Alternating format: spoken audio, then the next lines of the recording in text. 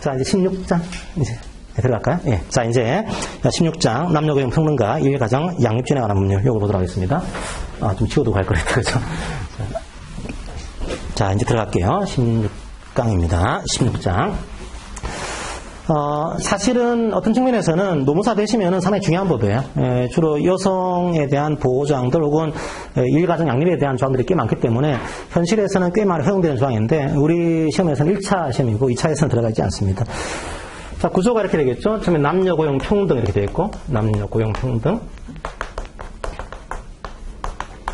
그러니까 처음에는 이게 이름이 남녀고용 평등법이었어요, 그냥. 그러니까 주로 이제 이 법의 옛날의 골자는 남녀 간에 평등하게 하겠다, 이게 골자였는데, 요즘은 이제 추가를 시킨 거죠.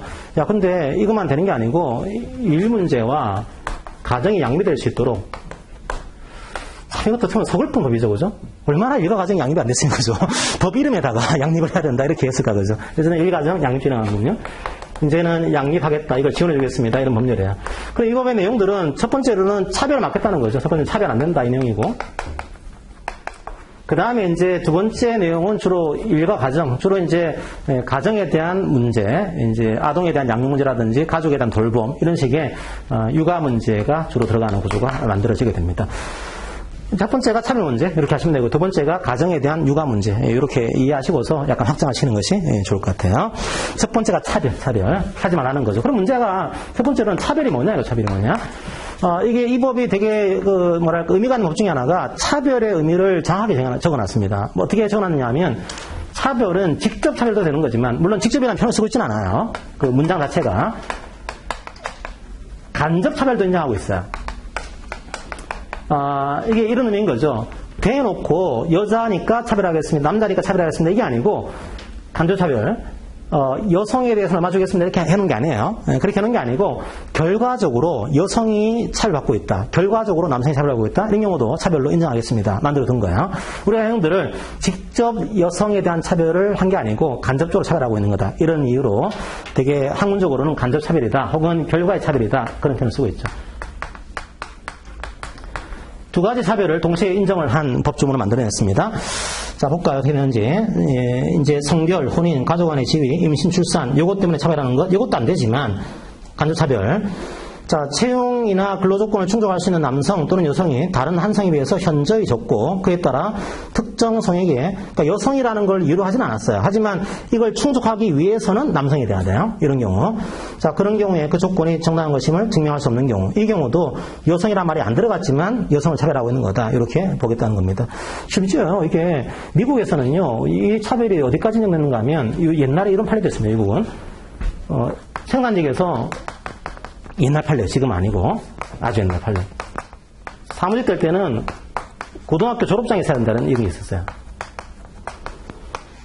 이걸 뭘로 했냐면 인종에 대한 간접차별로 인정한 판례도 있습니다. 왜냐하면 그 당시에 흑인들이 고등학교 졸업한 케이스가 많지 않았거든요. 그래서 이 케이스는 실제로는 학력에 대한 차별로 보이지만 사실은 흑인에 대한 인종에 대한 차별로 인정한 이게 간접차별입니다. 그러니까 요거는 인종에 대한 차별이 안 들어가 있죠. 안 들어가 있지만 요건 결과적으로 다른 인종을 차별한 거다. 그렇게 인정한 케이스예요. 그런 식의 차별이 간접차별입니다. 뭐 여성에 대한 문제는 판례가 이런 게 있죠. 전화교환 사건이 있습니다. 전화교환이라는 직종이 있는 거죠. 이게 여성에 대해서 한 게 아니에요. 근데 이분들은 정년이 그 당시에 옛날 판례 43세였고요. 일반직 그 근로자들은 55세였습니다. 여성에 대한 차별 아니냐 했더니 아니 전화교환원은 직종에 대한 차별이잖아요. 그러니까 이거는 합리적인 이유가 있는 거죠 라고 했더니 전화교환원이 98%가 여성이었어요. 이건 사실상 여성에 대한 차별이다. 이렇게 인정한 케이스가 나옵니다. 그걸 우리가 보통 간접차별이다 이렇게 하고 있는 거죠. 그거를 명시적으로 규정을 했다 이해하시면 되겠습니다. 근데 이 차별을 무조건 금지하는 거냐 그렇지 않고 이게 합리적인 이유가 있으면 차별을 허용하고 있는 거죠. 그게 세 가지가 있습니다. 첫 번째가 직무의 성격상 특정성이 요구된다. 이 경우.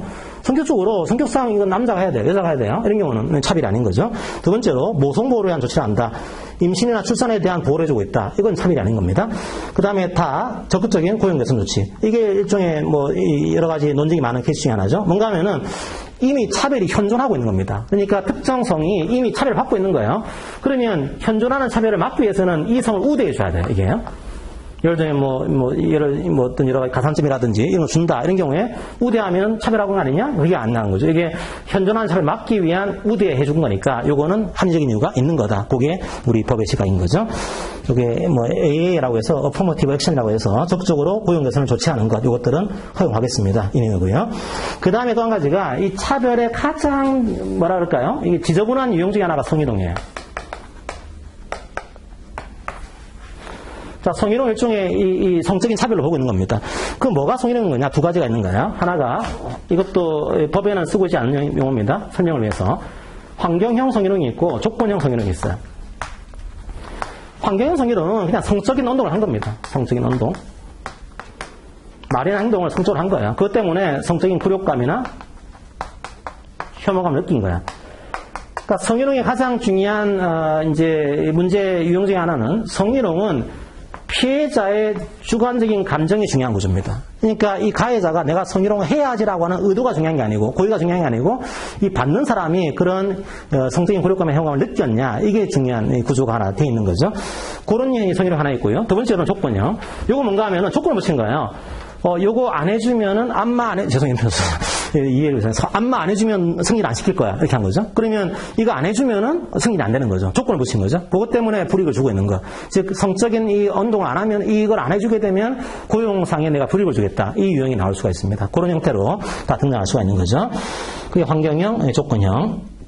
돼 있고요. 그 다음에 누가 이거 하면 안 될까요? 사업주가 있어도 안 되고, 상급자가 있어도 안 되고, 동료가 있어도 안 돼요. 그러니까 사업주나 상급자나 근로자나 다 이 성희롱을 해서는 안 되는 구조입니다.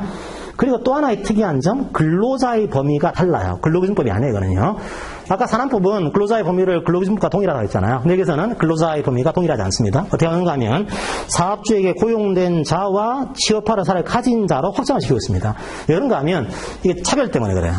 이게 근로기준법은 차별의 범위를 채용 전 단계까지 보고 있지는 않습니다. 그러니까 근로기준법은 근로조건에 관한 차별적인 처우를 금지하고 있는 거죠. 그러다 보니까 채용할 때 여성 우대함, 남성 우대함, 몇 cm 이상 요구함 이런 것들을 막기가 쉽지 않다는 거야. 그런데 막아야 될 거 아니에요, 그죠? 채용 전 단계에서도 이 법을 관찰하겠다 이런 목적으로 취업할 의사를 가진 자, 아직 채용이 안 됐지만 그 의사를 가진 구직자에 대해서도 적용하겠습니다. 이런 취지로 만든 것으로 보시면 되겠습니다. 자, 그다음 적용 범위 모든 사업장이에요. 전면적으로 적용됩니다. 역시 동거의 신용만을 사용하는 사업장 그리고 가사행위는 적용하지 않습니다. 동거의 신용만을 사용하는 사업장도 적용해야 되지 않을까요? 제가 볼 때는 농사 활동하면서 가장 착취당하는 분들이 아들이더라고요. 그러니까 아들은 다 빠져요. 근데 아버지가 막 착취하는데 아들은 노무사님 제가 아빠를 고소하고 싶은데요. 너무 못한단다. 근데 실제로는 그 가족이라고 해서 다 똑같이 좋은 가족이 아닐 수도 있거든요. 착취한 가족도 나올 수가 있습니다. 그래서 그걸 배제하는 게 과연 지금 현실에서 맞을까라는 의문도 들어요. 어쨌든 간에 배제를 하고 있습니다. 그 다음에 세 번째 입증책임 역시 사업주죠. 이거는 근로자 입증책임 부담하게 되면 입증하기 힘들어요. 사업주가 부담한다.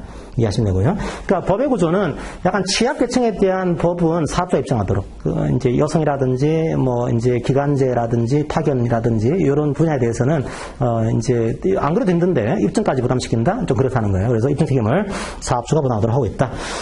자, 이제 차별에 대한 문제. 다 금지되는 겁니다. 모집 채용할 때도 금지되고 있는 것이고 임금 차별 금지, 복리후생, 교육 배치, 승진, 정년, 퇴직, 해고 다 차별을 금지하고 있다. 이해하시고요. 자, 좀 보셔야 될 게, 임금차별은요, 동일 가치 노동, 동일 임금 지급하는 겁니다. 동일한 가치의 노동인데, 동일한 임금을 지급하지 않았다? 그게 차별인 거죠. 근데 이게 쉽지가 않아요. 왜냐하면, 이 노동이 동일한 가치의 노동인 거냐, 판단하는 것이 매우 어렵습니다, 이게. 우리나라는 직무급이 아니고요. 옛날부터 호봉제 구조로 많이 가져가다 보니까, 아니, 왜 차별했나요? 그랬더니, 이 근속연수가 높으니까 이렇게 얘기해요.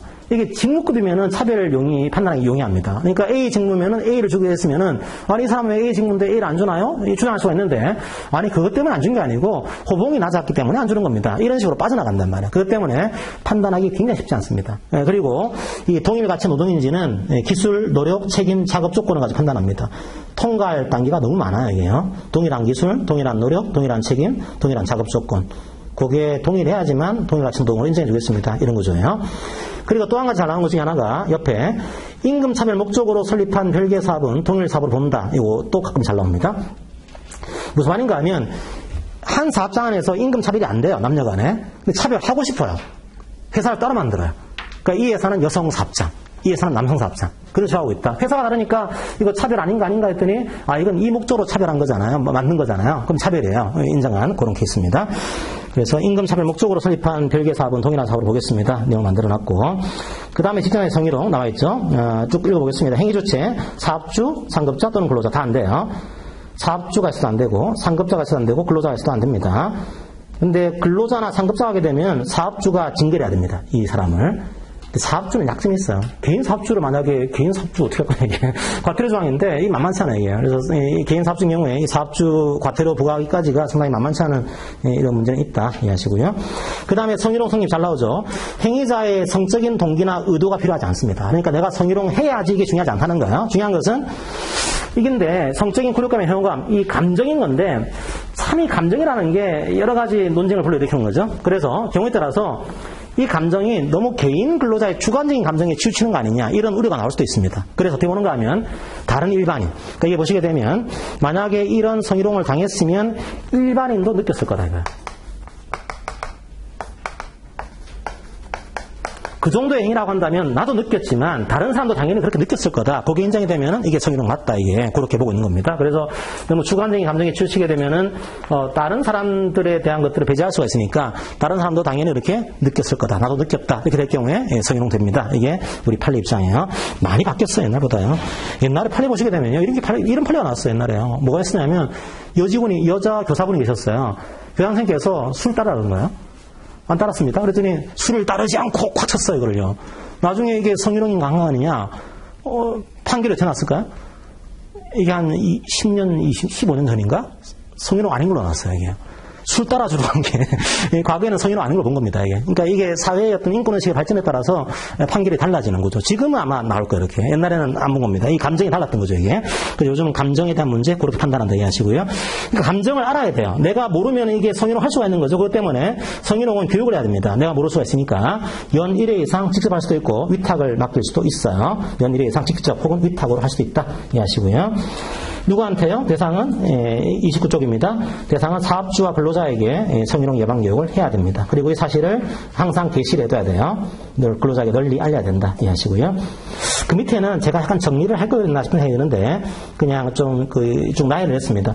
그러니까 항상 이제 성희롱 문제나 감정에 대한 문제, 특별히 직장 내 괴롭힘이라든지 이건 근로기준법이죠. 그 다음 직장 내 어떤 성희롱 문제는 이거 가지고 항상 세 가지거든요. 신고를 누가 하는 거냐, 이 문제 하나. 그 다음에 이거 조사를 어떻게 해야 되는 거냐, 이 문제 하나. 그 다음에 조사 결과에 대한 조치를 어떻게 하는 거냐, 이 문제 나와요. 첫 번째 신고입니다. 성희롱 당한 거죠. 누가 신고해야 될까요? 자, 누구든지 성희롱 사실을 신고할 수 있다. 왜냐하면 개인이 신고하기는 쉽지가 않으니까 누구든지 신고함으로써 이 사실을 좀 조사를 들어가도록 그렇게 했고요. 그 다음에 조사는요 해야 합니다. 재치 없이. 이거 보니까 이 정도 가지고 무슨 성희롱이야 하지 않을 거야 안 된다는 거예요. 일단 신고 들어왔으면 조사를 해야 됩니다. 조사해야 될 의무를 부과하고 있다. 그 다음에 요 조사 과정에서는요 근로자에 대한 분리 조치를 취해야 돼요. 항상 성희롱이나 괴롭힘에 대한 문제는 가해자, 피해자를 같이 두게 하면 안 됩니다. 이 같이 두면 얼마나 지옥이죠, 그게. 그래서 이걸 분리시키는 조치를 취해야 되고, 그 분리한 조치를 이렇게 표현하고 있죠. 사업주는 조사 기간 동안 피해 근로자 등에 대해서 근무 장소의 변경, 유급휴가 명령, 장소를 바꿔가지고 분리시키는 거죠. 휴가를 보내가지고 분리시키는 거죠. 이런 식의 적절한 조치를 하여야 한다. 할 수 있다 아니에요. 해야 되는 겁니다. 이거는 기본이죠. 그때 이제 피해 근로자 등의 의사에 반하는 조치를 취해서는 안 된다. 이 의사에 반하면은 그 조치를 취해서 안 되는 거다 해놓고요. 그 다음에 조사 결과 확인이 됐어요. 확인되게 되면 이 피해자에 대해서는 분리도 필요하고 경우에 따라서는 보호조치, 다른 보호조치가 들어갑니다. 분리하고 보호해야겠죠. 가해자는 징계 등의 의무가 있습니다. 자, 이런 거죠. 그래서 이게 성희롱이 아니면 이제 끝나는 거지만 성희롱 맞다 그런 경우에는 피해자는 분리와 보호 조치를 취해야 된다 이겁니다. 그 표현을 이렇게 하고 있죠. 피해가 요청하면은 근무장소의 변경, 배치 전환, 유급휴가 명령 등 적절한 조치를 하여야 한다라고 되어 있고요. 자, 가해자에 대해서는 지체 없이 성희롱 행위자에 대해서 징계, 근무장소의 변경 등 필요한 조치를 하여야 한다. 근데 이 조치를 하기 전에요, 피해 근로자의 의견을 들어야 됩니다. 피해 근로자의 의견을 들어야 한다. 이렇게 하시고요. 밑에 막 많이 길게 적어놨지만 그냥 이렇게 하시면 되겠습니다. 밑에는 뭔가 하면은 요거 신고를 했어요, 근로자가요. 혹은 이 신고한 사람이 있는 겁니다. 이 사람한테 해고하지 마세요, 이렇게 놨어요. 이 사람을 해고해서는 안 됩니다. 이 내용이 만들어져 있습니다. 자, 그 다음에, 이제, 그 밑에 문단은 뭔가 하면은, 이런 것들은 조사하는 과정에서 비밀을 알 수가 있어요. 그래서 비밀을 피근로자 등의 의사에 반해서 다른 사람한테 누설해서는 안 된다. 이런 조항도 두고 있습니다. 단지, 이 사실을 알려야 될 거 아니에요. 사업 쪽에 보고하거나 관계기관 요청에 따라서 필요한 정보를 제공하는 경우에는 누설할 수 있습니다. 이때는. 그거를 제외하고서는 누설해서는 안 된다. 이 내용을 두고 있습니다. 그 다음에 또 하나의 문제. 가장 어려운 문제죠. 성희롱 했는데요. 고객이 성희롱합니다, 고객이. 그러니까 우리 사업장에서 다른 근로자가 나한테 성희롱하게 되면 이 사람을 징계를 하면 돼요, 회사가. 근데 이 백화점 같은 데서 어떤 고객이 성희롱했다. 그러면 고객을 해고할 수 없잖아요, 그죠? 이거 어떻게 할 거냐, 이 문제입니다. 그 문제에 대해서는 만약에 고객이 어떤 형사적인 문제가 있으면 형사적인 고소고발을 하면 될 건데, 뭐 이 법에서는 그 내용이 아니고 근로자에 대한 조치를 취해둔 겁니다. 고객 성희롱 등으로 고충을 해소 요청하게 되면 사업주는 이 근로자, 이 고충 해소를 요청한 근로자에 대해서 근무 장소의 변경, 배치 전환, 유급 휴가 명령. 잘 나오죠, 그죠? 근무 장소 변경, 배치 전환, 유급 휴가 명령 이런 등의 적절한 조치를 하여야 한다. 자, 이거 했다고 해서 아니 고객이 왕인 대신 뭐 하는 짓이야 하면서 불리한 조치를 취한다? 안 되는 거예요, 이거는요. 당연히 이 조치를 취해야 된다. 이해하시면 되겠습니다. 자, 그 다음에 이제 출산휴가가 있는데 여러분들이 근로기준법에서 그냥 일반적인 여성 근로자에 대한 출산 전후휴가를 받습니다. 90일 혹은 120일 나왔죠, 그죠? 그러면 남편은요? 사실은 이 휴가의 철학은요, 이제 육아나 출산은 이제 남녀 간의 공동 책임인 거다. 이걸 깔고 있는 겁니다. 그래서 남편도 이제 출산휴가를 주겠다는 거죠. 얼마 주는가 하면 10일 줍니다, 10일을. 과거에는 5일 중에 3일이 유급이었는데 지금 바뀌어가지고 10일 전체를 유급휴가로 부여하는 구조로 돼 있어요. 배우자 출산휴가를 10일 동안 유급휴가로 부여한다. 90일 안에 청구를 해야 되고요. 그러니까 90일 지나면 안 돼요. 90일 안에 청구해야 되고 한 번 정도만 분할 사용이 가능하다. 이해하시면 되겠습니다. 바뀐 거죠, 최근에. 난임치료휴가 이것도 있었던 겁니다. 난임을 위한 치료휴가를 요구하게 되면 3일 이내 연간 부여합니다. 그리고 최초 1일은 유급을 합니다. 자, 그 정도 이해하시면 될 것 같아요. 난임치료가 있다 이해하시고요.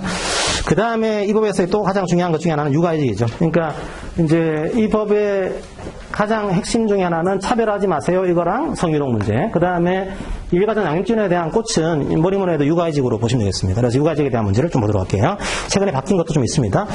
자, 아동을 양육하기 위한 휴직을 허용하는 거죠. 그럼 아동이 몇 살인 거냐? 만 8세 이하. 그 다음에 또는 초등학교 2학년 이하의 자녀를 양육하기 위한 겁니다. 육아휴직은 아동이 기준이에요. 아동이 기준. 그러니까 만약에 아동이 2명이 다 때는 한 아동에 대해서 한 번 더 하고 또 다른 아동에 대해서 한 번 더 할 수 있어요. 이건 아동 1명을 기준으로 해서 할 수 있는 겁니다. 그리고 입양자녀를 포함합니다. 입양자녀를 할 수 있고 배우자인 남자 근로자도 할 수 있어요. 이거는 다 가능합니다. 이제 이것도 마찬가지로 출산과 육아에 대한 책임은 남녀 간의 공동 책임이다. 여기에 깔려 있는 겁니다.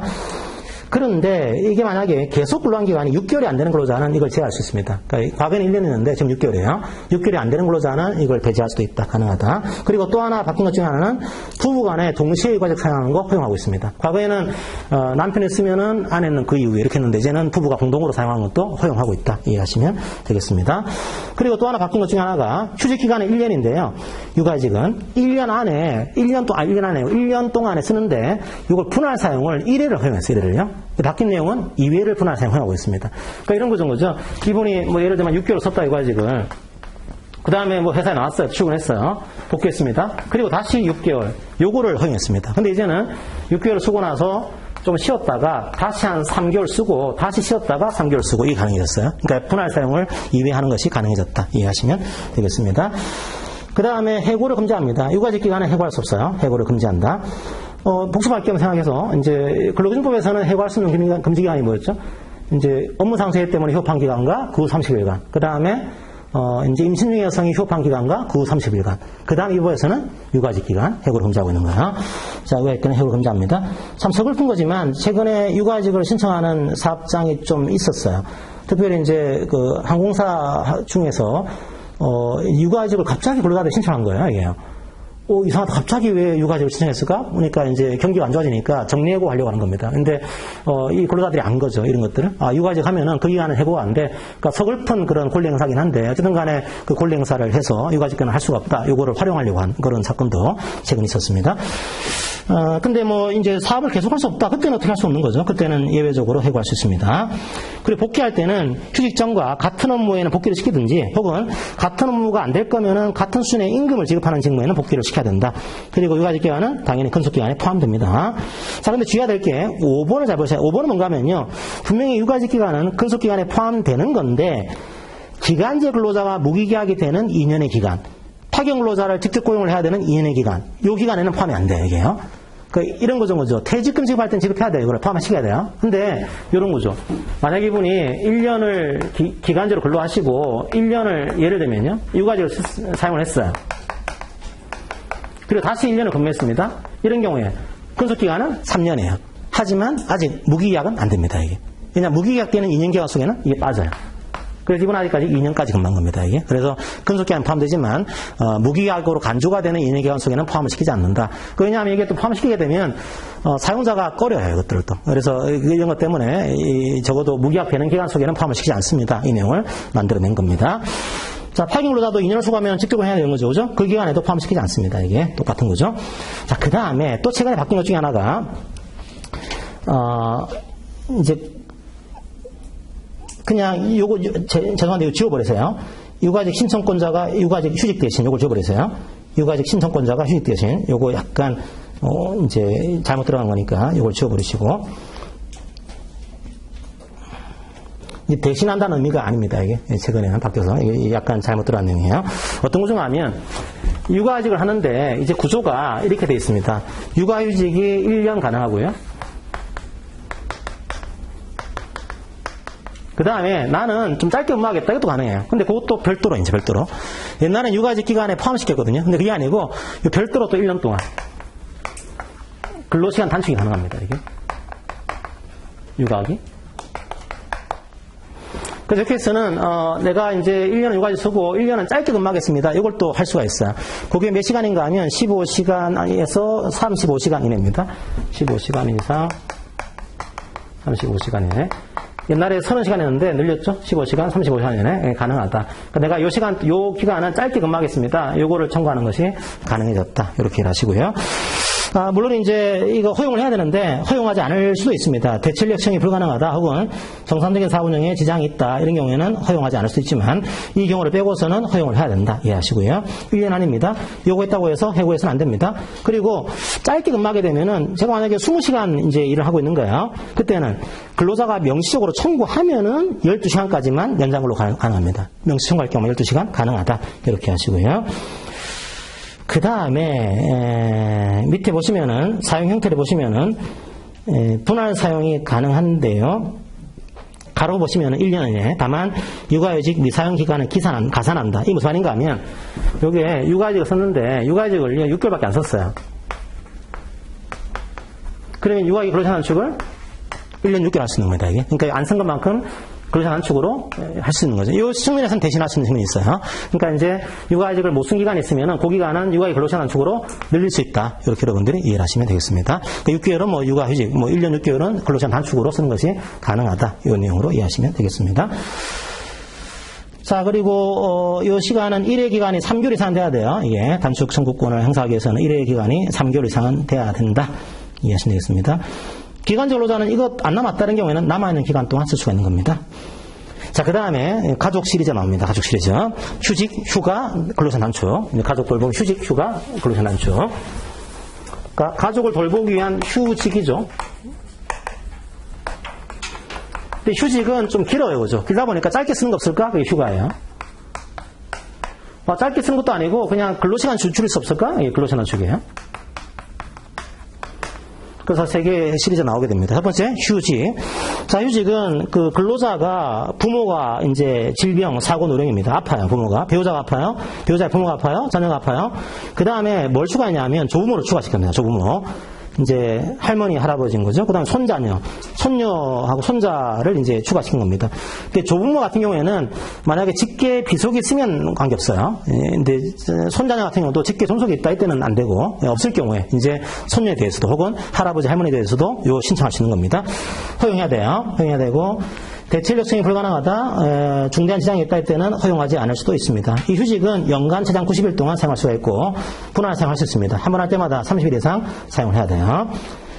자, 요거 썼다고 해서 해고해서 안 되겠죠? 그 휴직 기간은 근속 기간에 포함됩니다. 단지 휴직 기간에 대해서는 근속 기간이지만 평균임금 산정할 때의 그 기간에서는 빠집니다. 당연히 뭐 임금에 대한 불이익이 있으니까 빠지게 돼요. 자, 그런데 이 휴직의 최대의 약점은 30일 이상 사용해야 되는 거죠. 그죠? 너무 길다 이겁니다. 짧게 쓰는 거 없을까? 그 휴가입니다. 휴가. 구조는 똑같은데요. 잘 보시게 되면 부모, 배우자, 부모, 자녀, 그 다음에 조부모와 손자녀. 역시 마찬가지로 뭐 이제 부모가 있다, 혹은 뭐 이제 아들이 있다 이런 경우 관계없어요. 없을 경우에 이제 할아버지, 할머니, 손녀까지 포함을 시킨 겁니다. 그 다음에 또 하나 휴가는요, 하나를 추가를 했어요. 이유를요, 질병, 사고, 노령 또는 자녀의 양육까지. 그러니까 이제 부모들이 자녀가 어디 소풍 간다, 자녀가 뭐 급하게 가야 된다 이때는 휴직을 할 수 없잖아요. 30일이 나오니까. 그때는 휴가 쓰는 거 허용하고 있는 겁니다. 그때는 허용해야 될 의무를 가지고 있다. 물론 이제 휴가니까 이건 하루 단위예요. 하루 단위니까 이거는 뭐 보내줘야 될 건데 중대한 지장이 있다 할 때는 근로자 협의회에서 시기를 변경하는 것은 가능할 수 있습니다. 시기 변경 가능하다. 기간은 연장, 최장 12일까지 사용할 수 있고 하루 단위로 사용을 합니다. 하루 단위로. 근데 이거는 90일의 휴가, 돌봄 휴직 기간에 포함이 돼요. 이거 쓰게 되면 그 휴직 기간만큼 까지는 거죠, 이게. 네, 그렇게 하시면 되고요. 그 밑에는 혹시나 싶어서 만들어 둔 겁니다. 이게 코로나 때문에 이게 좀 애들이 학교 못 가고 여러 가지 이유가 있으면은 이 휴가 기간을 늘려야 되는 거 아니냐, 이런 문제가 있어서 연간 최장 20일로 이제 좀 늘려둔 케이스가 있어요. 그러니까 심각 단계의 위기경 발생했다, 대규모 재난이 발생했다 할 때는 돌봄 휴가 기간을 이제 연간 최장 20일로 하는 이런 제도를 만들어 놨습니다. 이건 약간 예외적인 거니까 한번 가볍게 보시고요. 그 다음에 이거 썼다고 해서 해고해서는 안 되고요. 근속 기간에는 포함됩니다. 단지 이제 평균을 산정할 때는 요 기간 빼야겠죠. 제외시키는 구조입니다. 나는 그렇게 하지 않고 짧게 근무하겠습니다. 이거 할 수 있어요. 이게 근로자 단축입니다. 모든 사업장이 아니고 현재는 30명 이상 사업장에 요 단축을 허용하고 있습니다. 자, 여기도 몇 가지 주의해야 될 게, 어떤 사유인가 하면, 이 단축, 짧게 근무하겠습니다. 이 사유가, 첫 번째는 봤던 거죠. 가족의 질병, 사고, 노령, 요거고, 두 번째가 자신의 질병이에요. 자신의 질병, 사고, 부상 때문에 자신을 돌보기 위한 이런 것도 허용하고 있는 겁니다. 그 다음에 또 하나 이제 독특한 게 3호, 4호입니다. 3번, 4번이에요. 55세 이상의 근로자가, 또 나오셨네요. 55세 이상 근로자. 자, 이분들이 은퇴를 준비하기 위한 경우다. 은퇴를 하기 위해서 난 좀 짧게 근무하고, 이제, 오후 시간은 좀 학원 다니면서 준비하겠습니다. 이런 경우, 허용하겠다는 거예요. 그 다음에 근로자가 공부를 하고 있어요, 이게. 학업을 위한 경우도 내가 짧게 근무하겠습니다. 이 경우에. 사실은 가족을 돌보는 사람보다는 자기를 돌보기 위한 그런 단축이죠. 이 경우에 요거를 허용을 해야 됩니다. 여기 근로시간이 15시간 이상의 30시간입니다. 이건 또. 15시간 이상 30시간 이내. 요 기간은 1년 이내. 한정적인 이유가 있으면은 추가로 2년 연장이 가능합니다. 근데 학업은 안 됩니다. 학업은 1년까지만 가능하고 학업은 2년 연장이 안 돼요. 역시 해고해서는 안 되고 복귀할 때는 밉다고 다른 데 보내면 안 되고 같은 업무에 복귀를 시켜야 돼요.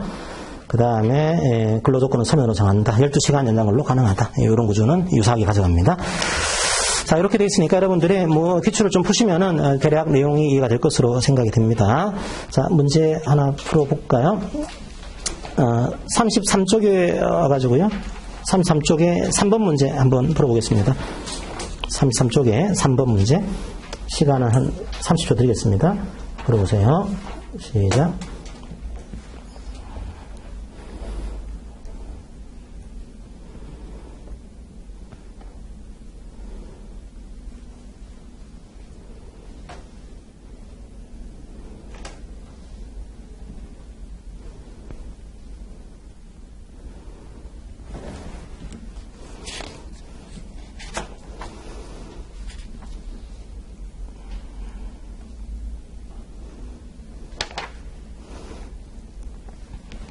자, 나머지는 뭐 맞죠, 그죠? 취업하러 사진자 포함되고 있고, 이제 적극적인 고용 개선 조치, 특정성을 현존한 차별을 막기 위해서 이제 더 회복하기 위해서 우대하는 조치 맞고요. 임금 차별 목적으로 설립한 별개의 사업은 동일한 사업을 본다 맞고, 동등한 기회 맞겠죠. 그다음에 5번은 이제 바뀐 내용 알고 있냐 물어본 겁니다. 그 당시에 출산휴가 과거에는 5일이었거든요. 근데 이제는 10일로 늘어났고 10일 전체가 이제 유급으로 이제 이 5번이 이 지문 틀렸네요, 그죠? 5번 틀렸어요. 죄송해요. 이게 옛날 문제라서 그냥 밑에 지문은 밑에 조항은 맞습니다. 급하게 하다 보니까 틀렸는데 지금 배우자 출산여관은 10일에 유급휴가를 부여합니다. 5번 해설은 이제 지워주시고요. 밑에 지문으로 보시면 되겠습니다. 10일에 유급휴가를 부여한다. 자, 그렇게 이해하시면 되겠습니다. 자, 그 다음에 이제 공무원 문제도 뭐 괜찮은 문제들이 몇 개 있어서 그걸 좀 보도록 할게요. 자, 35쪽에 오셔가지고 35쪽에 7번 문제 한번 풀어볼까요? 7번 문제.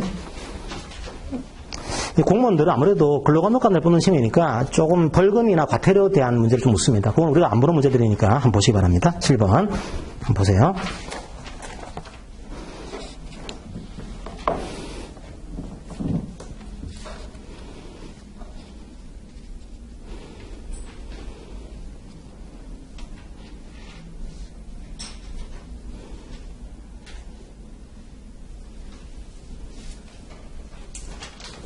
예, 그냥 보겠습니다. 7번 문제. 직장의 성희롱 발생 시에 사업자 조치에 대한 설명으로 옳지 않은 것은 1번 조사 과정에서 이런 걸 느끼지 않도록 해야 된다. 이건 뭐 굳이 2번 모르더라도 당연한 내용이겠죠. 그죠? 2번은 뭔가 하면은 항상 감정노동에 대해서는 처벌장이 많지가 않아요. 이게요. 그냥 뭐 과태료라든지 혹은 없는 케이스가 많습니다. 하지만 요것 때문에 해고했다. 그때는 범죄로 보는 겁니다. 이게. 그거 맞고 있는 거죠.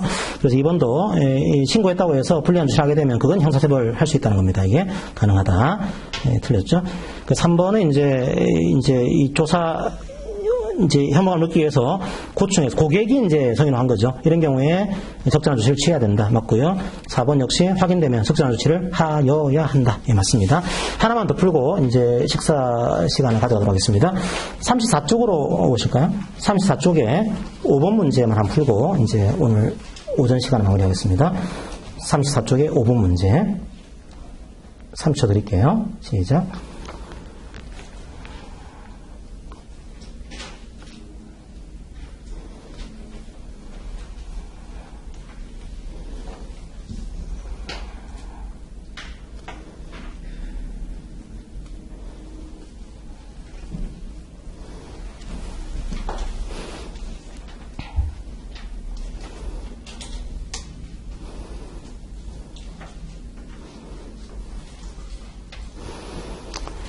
자, 여기까지. 그래서 기출이라서 조금 이제 빠져있는 것 중에 하나가 가족 돌봄에 대한 휴직이나 휴가 같은 것들이 좀 빠져있는데, 그거는 다른 문제를 통해서 여러분들이 약간 정리할 필요는 있습니다. 여기는 안 나와있으니까 정리 좀 해보시고요. 5번 문제는 남녀사별 모집이나 채용 단계에서도 금지하고 있는 거죠. 맞고. 입증 책임 사업주. 네, 맞죠. 3번 돌봄 휴직은 최장 90일입니다. 그러니까 이게 틀렸고. 4번은 동일같은 노동에 대한 우리 판례 태도. 5번은 배우자 출산휴가 잘 나오죠. 10일 줘야 되고 유급으로 해야 된다. 맞습니다. 자, 그런 식으로 해서 기출을 좀 오시고, 여기 안 나와 있는 가족 돌봄에 대한 휴직, 휴가, 근로시간 단축은 여러분들이 다른 걸 통해서 약간 정리를 좀 하시면 좋겠습니다. 자, 그러면 이제 일단 밥 먹어야겠죠, 그죠? 그래서 식사하시고, 그 다음에 최저임금법부터 해서 역시 한 시간에 한 두세 배 법 정도를 보도록 이렇게 하도록 하겠습니다. 식사하시고 2시에 다시 뵙도록 하겠습니다. 수고하셨습니다.